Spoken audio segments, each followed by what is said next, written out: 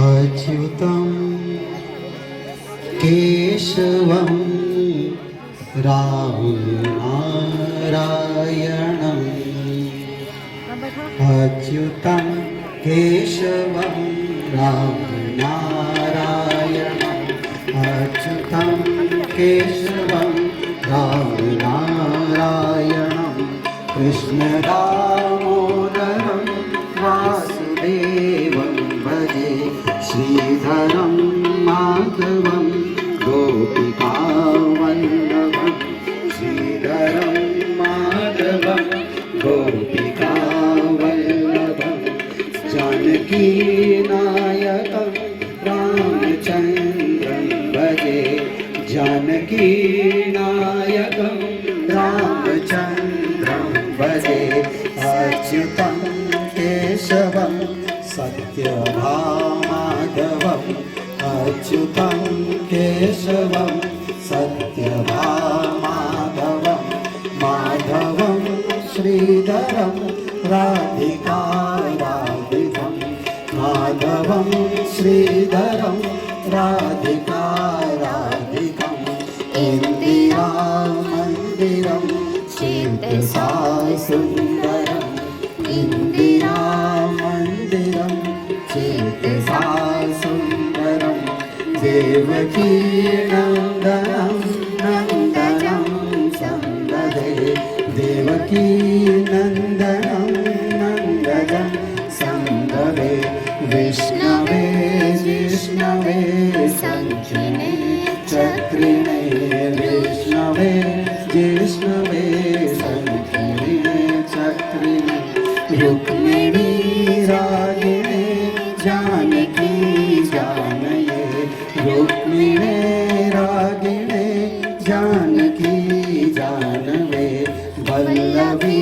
वल्लभाया चितायात्मने वल्लभी वल्लभाया चितायात्मने कंसवे ध्वंसिने वंशिने ते नमः कंसवे ध्वंसिने वंशिने ते नमः कृष्ण गोविन्द हे रामनारायण कृष्ण गोविन्द हे रामनारायण श्रीपते वासुदेवा जिता श्रीनिधे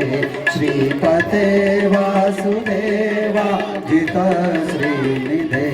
अच्युतानन्द हे माधवो तत्सद अच्युतानन्द हे माधवादोक्षर द्वारकानायक द्रौपदी रक्षक द्वारकानायक द्रौपदी रक्षक राक्षसोभितः सीतया शोभितो राक्षसशोभितः सीतया शोभितो दण्डकारण्यभो पुण्यताकारण दण्डकारण्यभो पुण्यताकारण लक्ष्मणेनान्वितो वानरौह सेवितो लक्ष्मणेनान्वितो